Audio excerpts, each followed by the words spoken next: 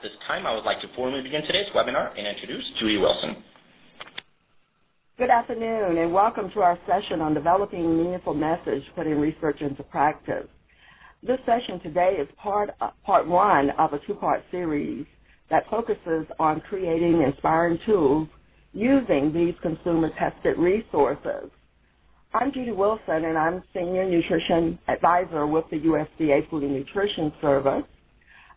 Other speakers today include Joyce Patterson, who is a consultant with HGM Management and Technologies, and Sarah Sloan, who is nutrition consultant with the Oregon Health Authority. The objectives of today's session are listed here. As noted, we will focus on providing a project overview. We will discuss the key research findings and preview these materials with you so that you know what is available. We will also share ways you can apply the messages into practice. Those registered for the offline component will gain additional insights through hands-on activities. So we will start with the project overview, the process, and the key research findings. As you know, there are many messages, and consumers are sometimes confused by what appears to be contradictions. The core nutrition messages are part of the Food and Nutrition Service's overall efforts to promote use of consistent science-based messages across the nutrition programs. They help us to speak with one voice while addressing key barriers that low-income consumers face in putting the dietary guidelines for Americans and My Plate into practice. They do so by addressing some of the key barriers and mediating factors and presenting this information in ways moms find relevant, feasible, and that inspires them to make positive changes in their behaviors. Many of you work with the nutrition programs, so you know that together we reach millions of low-income people every day and certainly every year. And by working together, we can maximize our impact. We use a collaborative, audience-focused developmental approach that included key partners in the developmental process. During all three phases, we had this work group in place to, one, inform the development of the messages, and two, to get ongoing input from the group that we ultimately wanted to use these resources. The stakeholders also included F&S program staff, the Center for Nutrition Policy and Promotion, the people who do the dietary guidelines in My Plate, and Porter Novelli, a marketing and research firm, worked with us to test and to finalize the messages. We used a developmental cycle based on the model created by Sue Bora and her colleagues. However, instead of a 4-step process, we used the 6-step process you see here. And the one thing I want to point out to you is that the expert panel defined the audience, they defined the behaviors, and the message concepts that were eventually tested with the audience. So they played a key role. The work group also identified moms as a very important audience since they are the primary nutrition gatekeepers and are also very important role models for their kids. And as you can see, the topics and behaviors that we focused on, including meeting the dietary guidelines for the food groups and establishing child feeding practices that contributed to lifelong healthy eating. We tested the messages in locations across the country, and as you can see, we did 54 focus groups in English and 6 in Spanish. Over 75% of those involved participated in one or more of the nutrition assistance programs. Race and ethnic groups of the moms was diverse, as illustrated here, and about 52% of the English-speaking mothers were employed compared to 26% of the Spanish-speaking Mexican-American moms.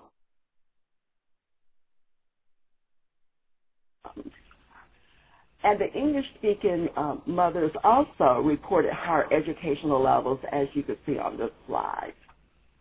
The project started in 2006 and consisted of 3 phases, started with phase 1 and will conclude with phase 3 this fall. Phase 3 involved the translation and modification of these resources for Spanish-speaking Mexican-American moms. So, what did we learn from mothers? Well, mothers have a general awareness of the food groups, but they lack a deep understanding of some of them.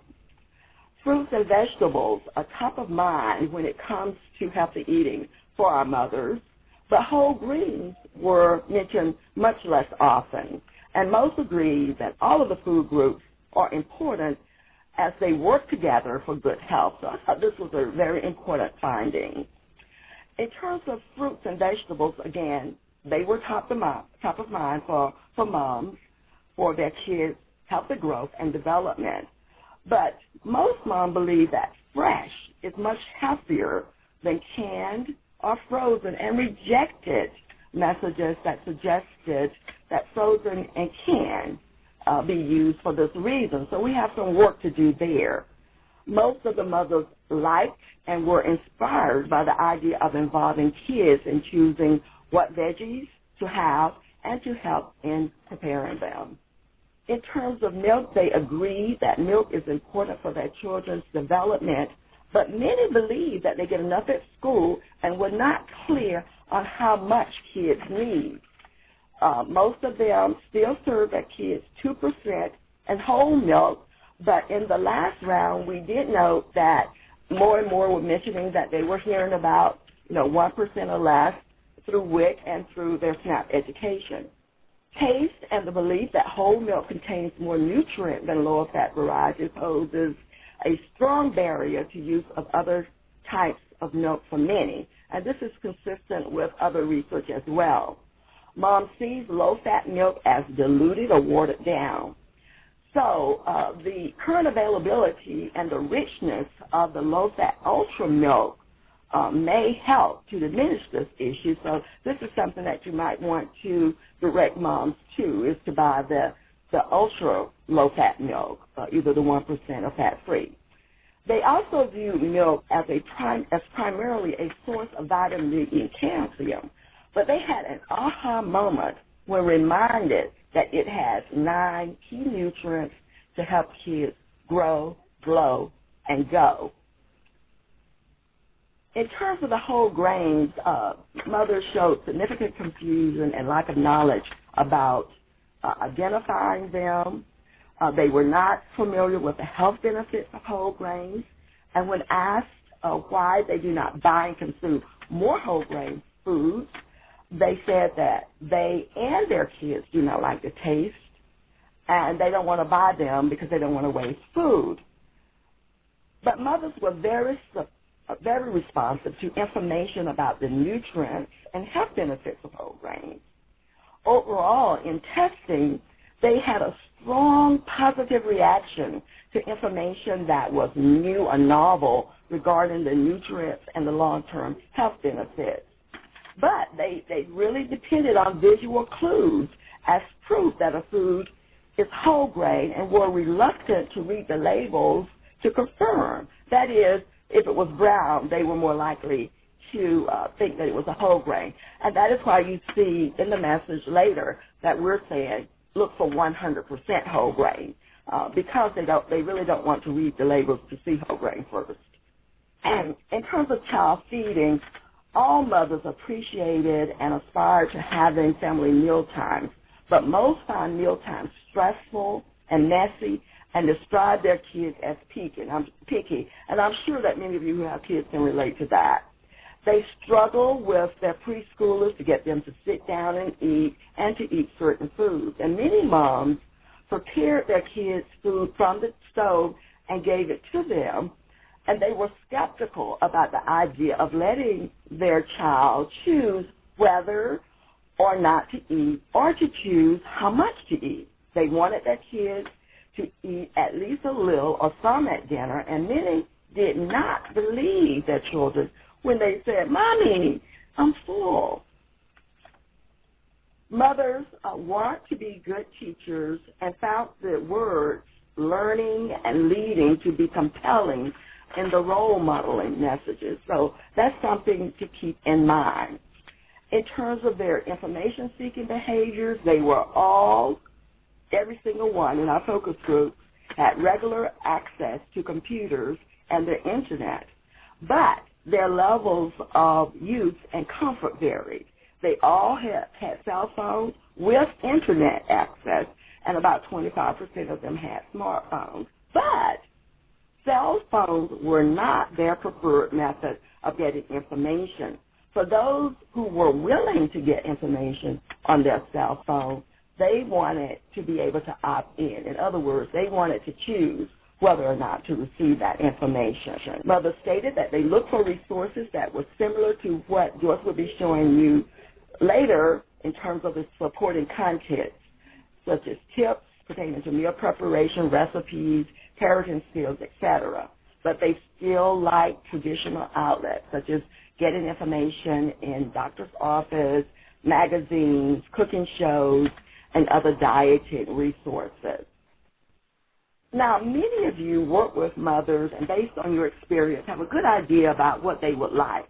But people change on a continuous basis. Therefore, it is critical that we periodically check to make sure that what we are trying to communicate is what the consumer hears and understands. More importantly, we need to confirm that consumers find what we are communicating relevant, realistic, believable, and inspiring. So let's go to our first poll. It has a few of the messages that we tested with moms of preschoolers. We want you to select two you think resonated most with mothers. Make sure that you click done after you make your selection. We will then look at what mothers said and compare it to your results. If you're in a room with multiple attendees, just note your choice so that you can compare it to what mothers said and to what your colleagues think too. So while the results are being tallied, let's take a look at what moms like best. Well, they selected start them early with whole grains and happy kids, happy tummies. Start them early with whole grains resonated strongly with mothers in all groups. They agree that introducing their children to whole grains early makes a whole lot of sense and make the process of serving whole grains easier and helps them to form that habit early in life. When mothers heard happy kids, happy tummies, many of them laughed out loud. They found this message cute, catchy, and real. They appreciated the information about whole grains and how it can make potty time easier, which was considered by them to be important and very personally relevant because most mothers have to deal with this.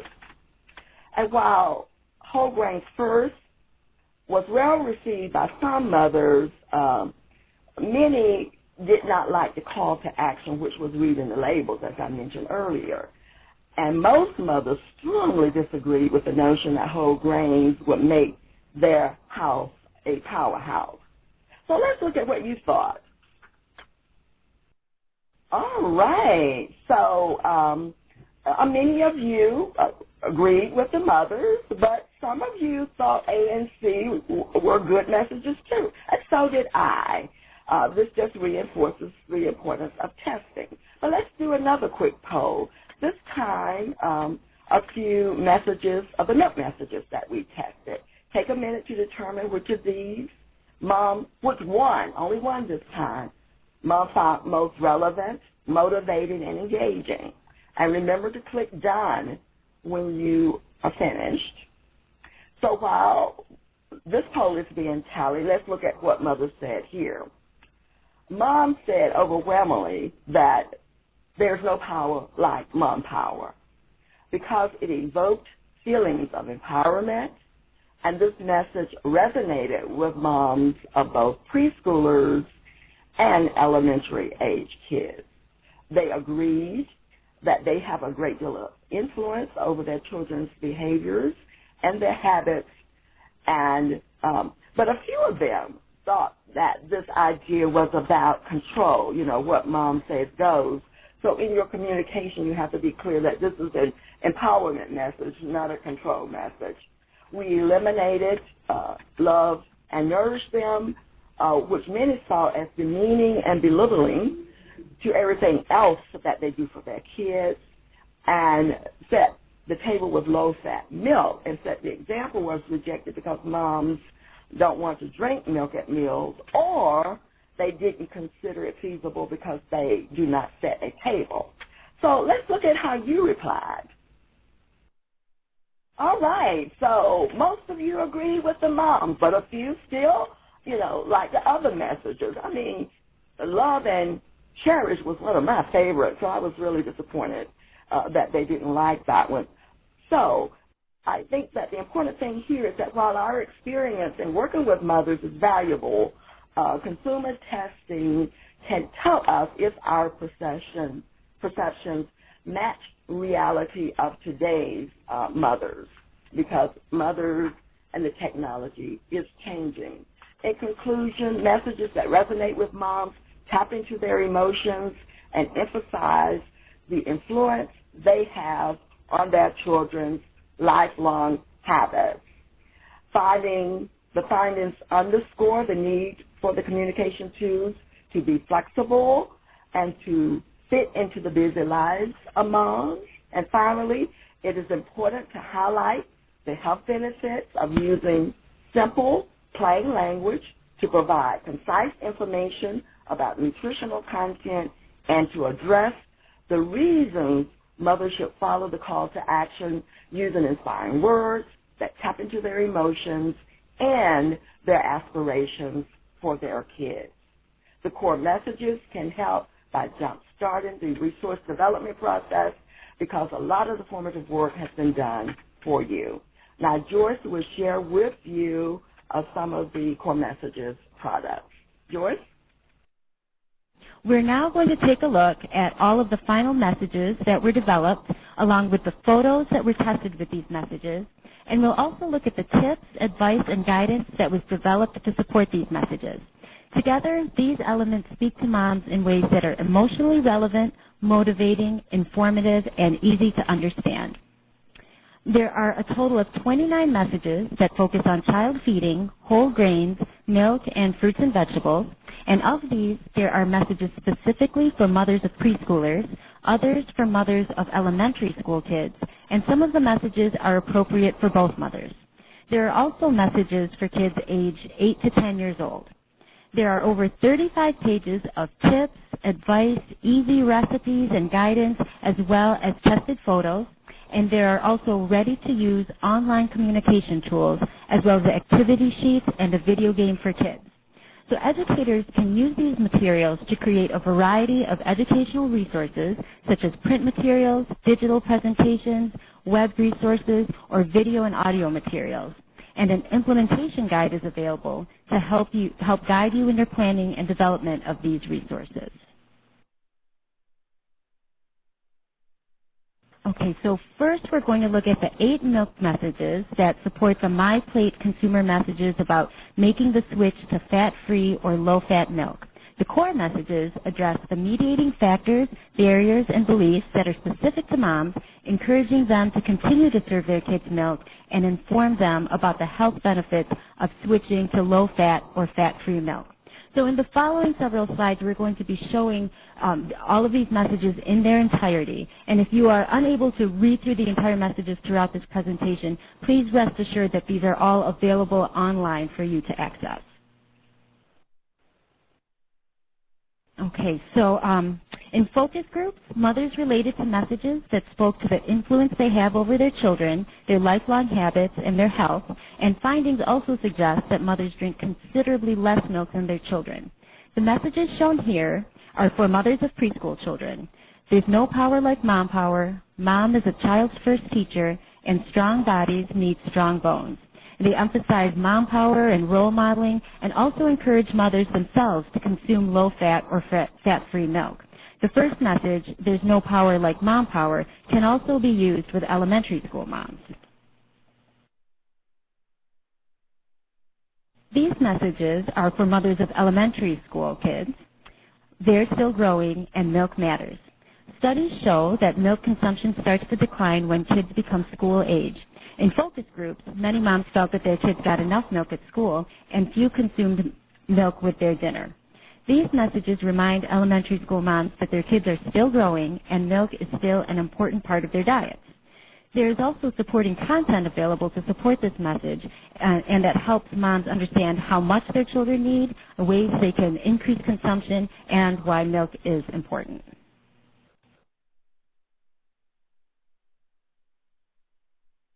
In focus groups, kids agreed that good health is important, and one of their top reasons for staying healthy was to have more energy. They also identified physical activity as important for staying healthy, and these messages speak to these concepts and reinforce the importance of milk for powering up and playing hard. There are 5 whole grain messages that support and reinforce my plate consumer message of making at least half of your grains whole grains. In focus groups, moms expressed significant confusion about whole grains, as you had heard earlier, and the core messages aim to address this confusion and help mothers understand which foods are whole grain, how to identify foods made with whole grains, and why whole grains are important.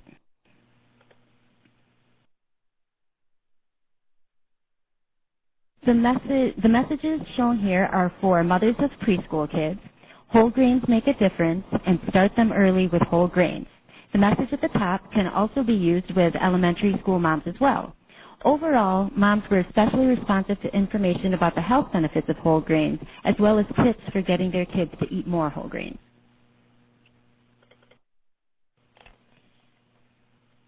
Many preschool mothers in testing related to this message, happy kids, happy tummies. Difficulty with potty time was a common issue among them.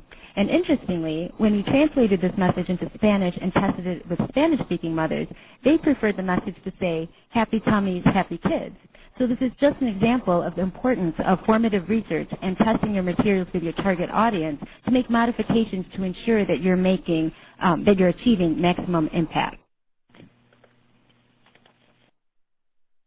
Here we have messages for mothers of elementary school kids. Give yourself and those you love the goodness of whole grains reiterates the My Plate message of making half your grains whole grains, and this message is also appropriate for mothers of preschool kids.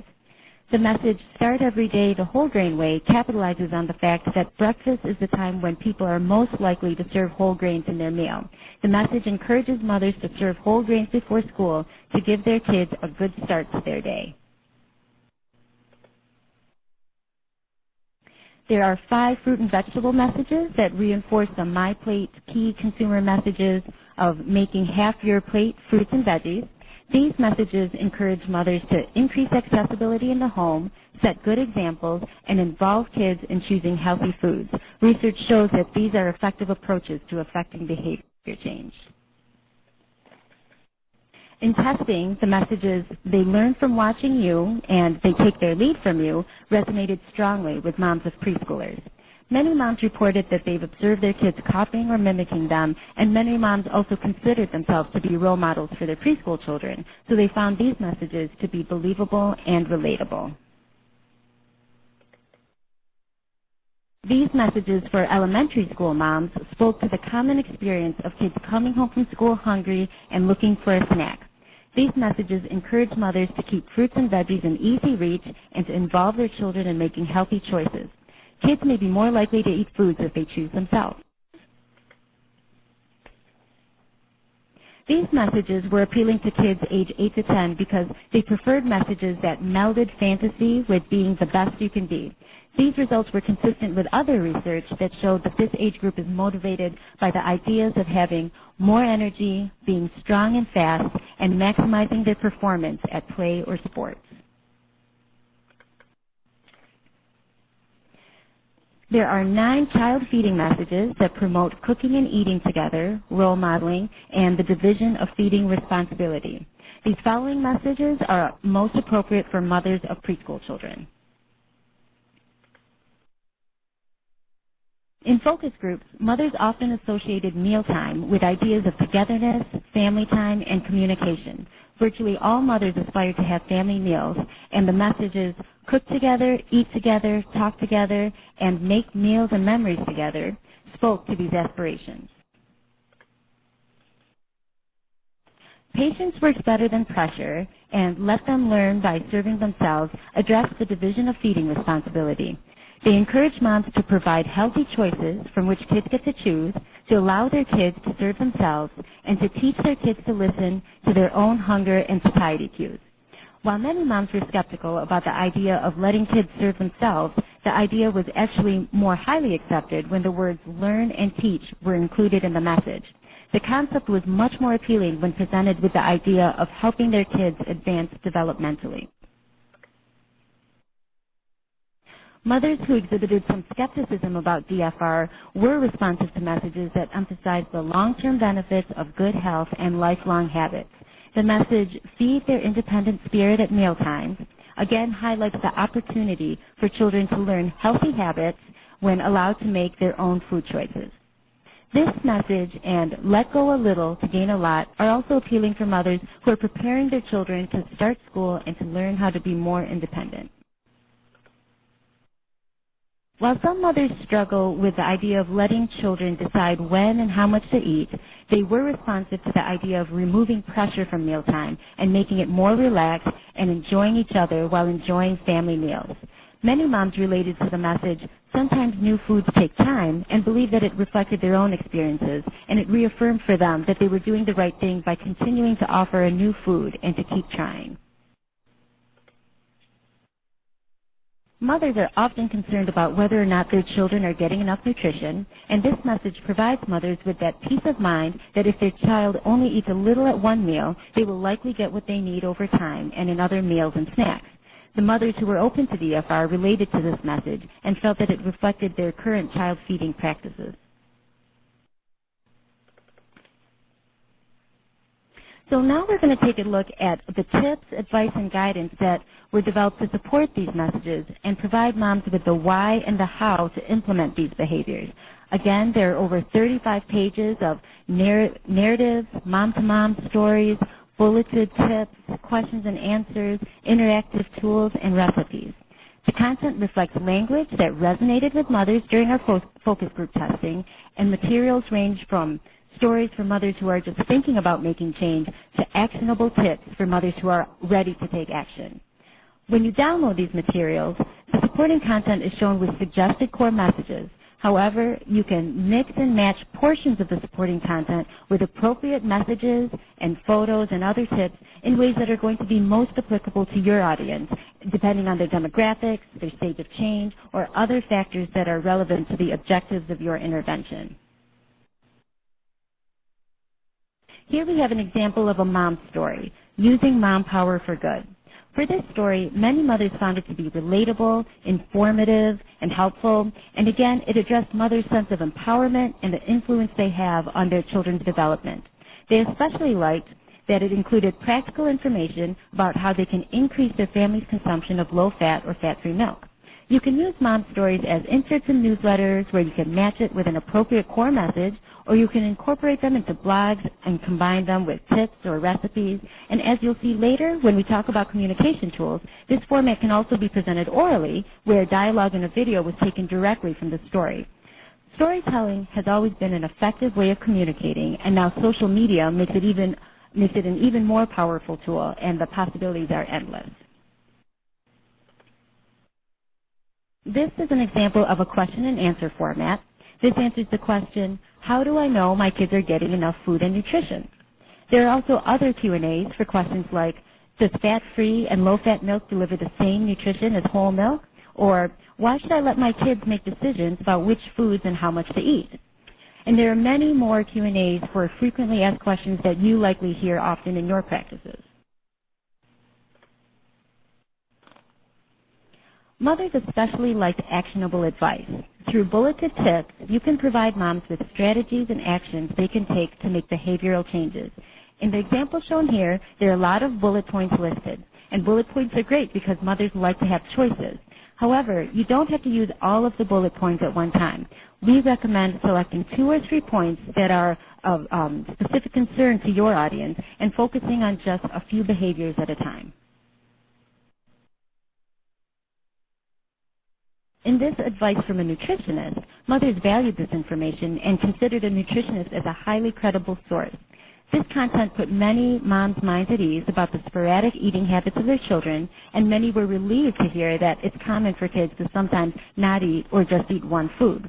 Again, this format is a ready-to-go tool that can easily be inserted in newsletters, blogs, in printed, digital, or spoken formats, and you can use the entire story or just take excerpts from it. Here we have an example of an interactive tool that you can use to assess whether the moms in your audience can identify whole grains, and there are other similar tools that are available that you can use in other assessments or goal-setting exercise with your audiences. All right, in the focus groups, mothers demonstrated significant confusion about whole grain foods and how to identify them. So here in this supporting content, we address this confusion and help mothers understand which foods are whole grain as well as how to identify foods with whole grain ingredients. And on the next slide, messages and supporting content that explain the health benefits of whole grains were generally top rated among mothers. And in this content, mothers gain understanding about the fiber and nutrients in whole grains and how eating these foods may help maintain overall health for them and their children. On the next slide, we share examples of several easy recipes that are available for moms to try to help their kids eat more whole grains or low-fat milk products, like a wake-and-make burrito, a whole grain pita stuffed with veggies and cottage cheese, or a healthy pizza, or a parfait moms can make with their kids. And then on the next slide, we have examples of activity sheets for kids, which allow them to learn about healthy eating in a fun and interactive way. And focus groups show that having a game, activity, or other engaging items, such as an easy recipe, was clearly important to capture kids' attention and help convey the messages. So now with the next slide, we're going to introduce the communication tools. Now that we've seen the many messages and the variety of tips, advice, and guidance that's available, let's briefly look at the communication tools that FNS has also developed. These tools are not only ready-to-use tools that you can start using today, but they are also examples of how these messages and tips can be applied in a variety of formats to provide your audience with multiple modes of learning. On the next slide, you'll see that there are 3 YouTube videos available, one for child feeding, one for milk, and one for whole grains. And each video is about 2.5 minutes long, and the dialogue, as I mentioned earlier, is drawn directly from the core messages, mom stories, tips, and recipes. You can add a link to these videos on your web pages or in your communications to share with your audience, or you can copy the code from YouTube to embed the video directly onto your website. On the next slide, we show you that there are rollover widgets, which can also be downloaded to your website. And there are rollovers for child feeding, whole grains, and milk. And again, the content is pulled directly from the core messages and related tips. On the next slide, you'll see that for each of these rollovers, when you hover your mouse over each photo at the bottom, a tip appears in the box below. And on the next slide, as you'll see, there is a different tip that appears for each photo, and no clicking is necessary. So the rollover format addresses a common concern among mothers that by clicking on something, they will introduce a virus onto their computer.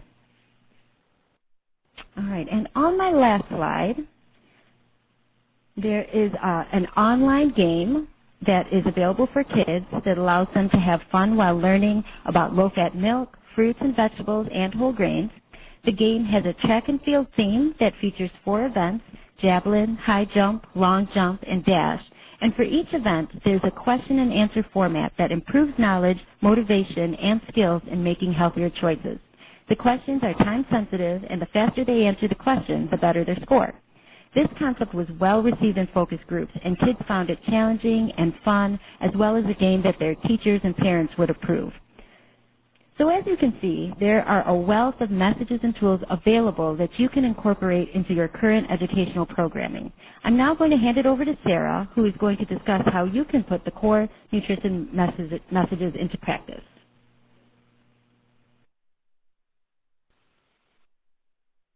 Okay, so as you've heard, the core nutrition messages are designed to reach and resonate with low-income mothers and 8 to 10-year-old children. The messages and their supporting content can enhance theory-based interventions that address the behavioral outcomes the messages cover. In the next 10 minutes, I will review some of the ways you can integrate the messages and supporting content into ongoing nutrition education activities. I will discuss a few of the things you should consider and strategies for incorporating the messages and related topics, advice, and guidance into communication channels. Given that, I want to emphasize that it is very important to be aware of your audience's preferences for ways they prefer to receive information and the methods that will provide the best results. As covered earlier, the core nutrition messages support national and USDA nutrition goals. The messages can also be used to support program policy and procedures, including the WIC food package, Child Nutrition Program meal standards, and SNAP-Ed guidance, thus helping to connect and strengthen the nutrition education components of these programs. Nutrition educators can utilize a variety of engaging and educational approaches to help program participants improve their eating habits. With a little planning, you can easily incorporate the core messages into many of these efforts. Think of them as like building blocks that can enhance and add new vitality to your nutrition education efforts. So when planning your activities, it is important to consider your audience and make adjustments for cultural relevance to better meet the needs of the populations you serve. For example, if a large portion of the participants you work with have religious beliefs or practices that preclude serving milk or milk products with certain foods at meals, you can modify the supporting content to offer appropriate alternatives, such as serving milk or milk products at snack time instead of dinner. When possible, test your modifications with the audience to ensure the information is clear and that it has the intended effect. Research indicates that using multiple delivery points, as well as a variety of communication tools and ways to disseminate consistent messages to the individual, family, community, social peers, and public policymakers, increases the likelihood of success. Multi-level and multifaceted methods increase the audience's exposure to the messages, and it allows more opportunities to share the information with them at critical decision points. Therefore, it is important to know where to reach moms and to understand the communication methods that actively engage them. Audience research and community assessments can provide insights on how to reach low-income mothers, such as where they live, work, shop, get services, and spend free time, what nutrition programs they participate in, and how they like to receive information. Federal Nutrition Assistance Program data can provide valuable information, such as authorized WIC and SNAP stores with high average monthly benefit redemptions, program sites serving large numbers of moms, schools with high percentages of kids receiving free meals, and child care and after-school programs participating in the Child and Adult Care Food Program. Nutrition assistance programs may also conduct consumer surveys to get feedback on services. These types of data and survey input may be useful in your planning for how and where to reach your audience. We know several of you on the webinar today have begun to incorporate the messages in the work that you do, and we appreciate you sharing that with us. Now I'd like to briefly highlight some of the ways the core messages can be applied using a variety of methods and in different programs serving low-income groups. You can easily incorporate the messages into both individual counseling and group education encounters. For individual education, the information can be presented in a circle chart format, allowing mothers to choose the topic they are most interested in. The rollover widgets and video clips can be used interactively to help provide information about consuming whole grains, switching to low-fat milk, and focusing on family meals. For group sessions, you can show the videos during facilitated discussions, use the supporting content to address questions or concerns that come up. You could then offer participants a take-home handout featuring the core nutrition messages and supporting content as a way to reinforce the group discussion. In addition, you can integrate the messages into anticipatory guidance, which can help moms prepare for expected physical, social, and behavioral changes during their children's current and approaching age of development. The discussion outline you see on this slide is one of the Massachusetts Touching Hearts, Touching Minds resources. The messages, supporting content, video clips, and rollovers can be incorporated into web-based education to supplement the corresponding topic. The videos on DVDs could be used to communicate the messages in waiting areas by showing them in a repeating loop. Increased access to the Internet makes it possible to reach more people more often with nutrition messages and related tips and advice. You can use the Internet to carry the messages to moms by building the messages into social marketing and outreach efforts. Use social media to draw moms to your online resources and messages such as Facebook, Twitter, blogs, and outlets that reach specific ethnic and population groups. On the right of this slide is an example of a USDA tweet and Facebook page featuring the Family Meals message. On the left of the slide is an example of New York's Just Say Yes campaign, which you will hear more about in the next webinar in October. There are numerous ways the core messages and related materials, both in print and traditional media formats, can be used. This slide lists several examples you might consider incorporating into your programs. You can also use the core messages and resources to support statewide collaborations, and I'd like to share how this is happening in Oregon. The Nutrition Council of Oregon is a diverse group of nutrition professionals from Oregon's public health, education, and healthcare sectors. Members include the WIC program, Extension, Oregon Department of Education, Oregon Dairy Council, Aging and People with Disabilities, SNAP, Oregon Food Bank, Head Start, Northwest Portland Area Indian Health Board, and more. This group decided to incorporate the Family Meals core messages and supporting content into their Shared Meals initiative. They also used the Maximizing the Messages document to guide development of materials and resources. Outcomes of the Family Meal promotion include a governor's proclamation promoting September as Shared Meals Month, frequently asked questions with talking points for promoting the messages locally, and session guides to use with participants in nutrition education groups to raise awareness of the importance of family meals. Additional supporting materials are still in development. In deciding what you will do to get your messages across, it is important to keep it clear, focus on one or two behaviors, connect with moms, address what matters to them, and take your message to them, use stories when possible, and provide options from which they can choose. I hope this has given you some ideas for how you can apply the core messages in your own programs. You can find all of the core messages and the supporting materials at the FNS website. The link is here on the bottom left of your screen, and it is also on the registration materials you received earlier. You can view these materials by topic and audience by clicking on the sidebar or the links.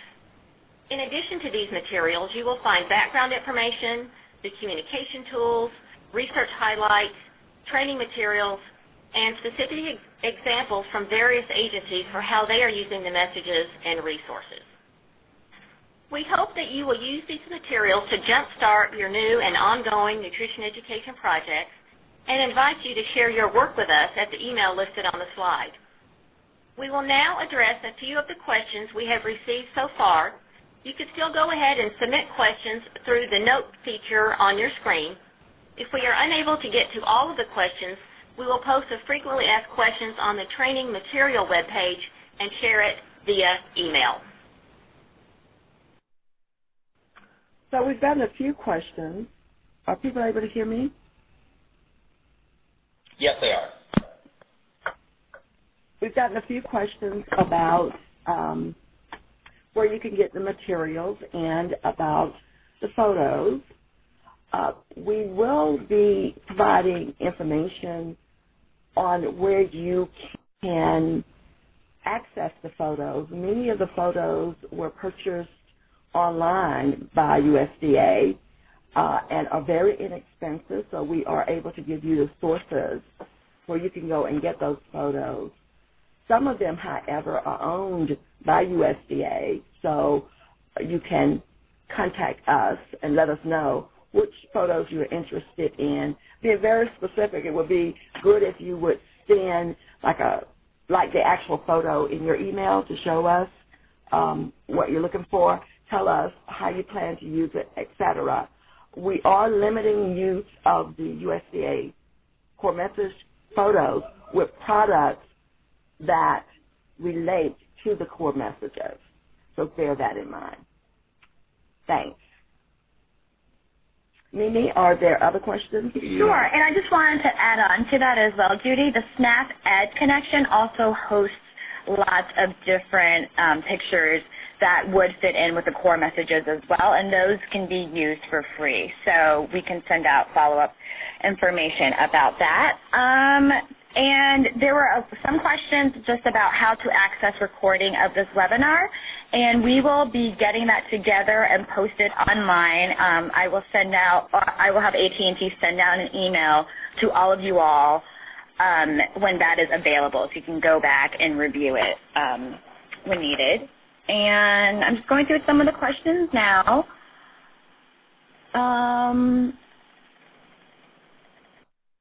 So one of the questions is, it appears the data on smartphone use is from the 2007 focus groups. We suspect that more low-income moms have smartphones now. Do we have any more current data on that? The data on the smartphone use is actually from the 2010 focus groups, and the numbers jumped tremendously. Remember, we said that they all had phones with Internet access, but only 25% of them indicated that they actually had smartphones. But again, you can't put too much credence in that specific number due to, the type of research that we were doing. Mm-hmm. So I would look at the census data as a great source. However, I think this is pretty consistent with what the census is saying and what, Joyce, what's that other source that we used? Pew Internet data. Right, Pew Internet. So you can look there for information too.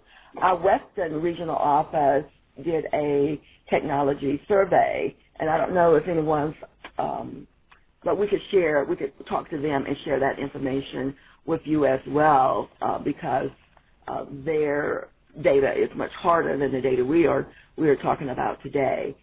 But we could share that with you when we do the responses to other questions, if there are any. Okay. And then, Judy, I have another question, too, and this is not just for Judy, it's for all the presenters. But the question is, why is there an exclusive focus on moms? Do you worry this may adversely impact other caregivers, especially since the family dynamic is so different now from what it has been historically? For example, there's more mom in the workplace, more dads at home. Thank you for the webinar. Sarah, would you like to take a stab at that, or? Sure. I think from when we were doing I guess part of the research is that the moms are the gatekeepers of the family as far as what, foods come into the home. And certainly it would be important to share this information, with other caregivers. But I think that was the intent, and you correct me if I'm wrong, Judy, that's why we focus it on the mothers. That's correct. And if you look at the CDC Health Communication site and look at the notes that they have there and some of the research there, while certainly the comment is a valid one and that the trends may be shifting, mothers still are the predominant food gatekeepers in the home based on that data as well. So that is why we are focusing on moms. Great. Do we have time for one more? I think so. One more. Okay. Do you see a pattern in who emerges as the lead agency for local collaboration? I guess that's in terms of local collaboration of using the core nutrition messages. I think anyone who has the motivation, the inspiration, and the time can emerge as a leader. And I encourage all of you to, pick up the banner and go out there and lead the charge because this is very important work that you are doing. And so your training and your background provides you with the skills. And so pick it up and lead it. I don't see any emerging trends. I think personal interest and conviction is, key to success. That's great. Anyone can do it. And then I have one more, Judy. This is a good one. Your work developing messages started in 2006, and it's 2013 now. How long will these messages be relevant? What is the shelf life? I think that's an excellent question. And I thought so too.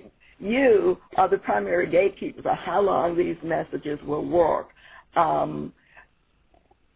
Interestingly enough, when we did the 2010-11 studies, and even in testing the Spanish materials this year with Spanish-speaking mothers, the translation, they got it. They were into it. But as Joyce mentioned, the Spanish mothers made a tweak on the happy kids, happy tummies. They thought happy tummies, happy kids was a better message for them. But they love these messages. And if I could quote one of the moms, she said, when I read these, they made me cry. They really touched her heart, is what she was saying. But as you do your development and as you get your input from consumers, you will see if there's a shift. And when you do, I hope that you would let us know. So, Mimi, I think with that, we should probably move into the wrap-up. That sounds good. Okay.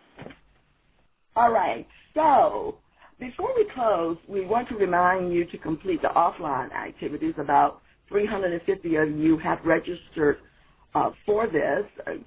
You will get hands-on experience in using the messages that will hopefully help you to use them more effectively in your practice through the hands-on experience.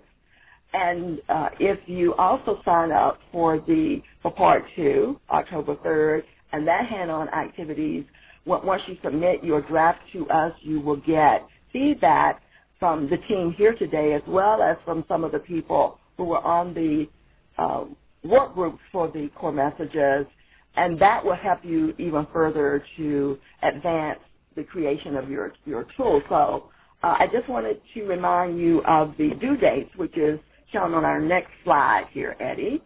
The reading and the Q&As should be submitted to us by the 23rd. Mimi emailed the materials out to everyone who signed up for the online activities for this session. I believe that was yesterday or the day before, Mimi. Is that correct? Correct. I sent them out this morning as well, and I'll do one last check after this webinar because people were signing up until 2 o'clock. So I'll do one last clean sweep. All right. And then you can expect to get the questions relating to the readings starting tomorrow, if not today. So you will get the questions. So we ask you to respond to those by the 23rd. So we're giving you more time because we're late getting them out. The worksheet, which is just a tool to help you think through and plan what you want to do, is due on the 23rd. And then you should complete the draft and redrafting of your tool by the 2nd of October before the next webinar. But you don't need to submit that. You will submit that after the last webinar in the series. So with that, we'll move on to the next slide. Based on the next session, you will refine your tool. You will retain some consumer feedback, and we'll be talking about how to do that in the next session. You will revise it and submit it to us, and then you will get your feedback. Now, those of you who are registered for the offline activity for this session, you have already received the registration information for the next session.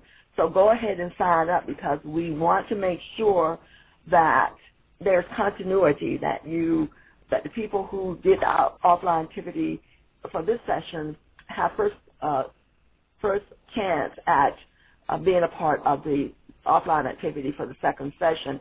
But we are only able to accommodate 100 people in that session, so I urge you to go ahead and sign up for it. Please, when you get the feedback form that Mimi will send you today or tomorrow or maybe Monday, please take time to provide us with your feedback. We want and need your constructive criticism. We apologize for any technical difficulties that we have today, but we will be smoothing those out for the next webinar.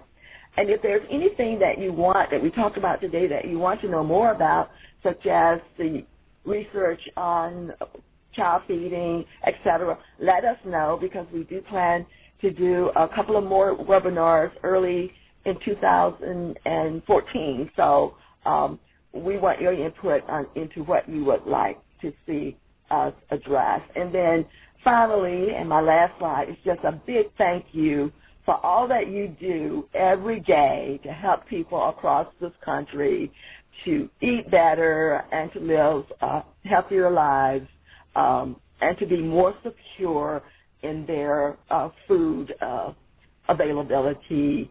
You do a great job, and on behalf of all of those that we serve together, I thank you.